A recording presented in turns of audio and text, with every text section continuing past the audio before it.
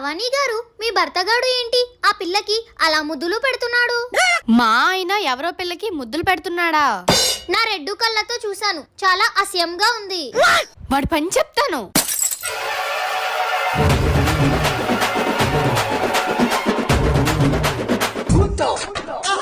అయ్యో పావని గారు, ఎందుకలా కొడుతున్నారు?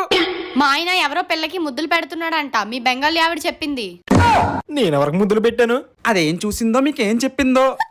ఏమే, ఇంతకీ ఏ పిల్లకి ముద్దులు పెట్టాడు? అదుగో ఆ పిల్ల.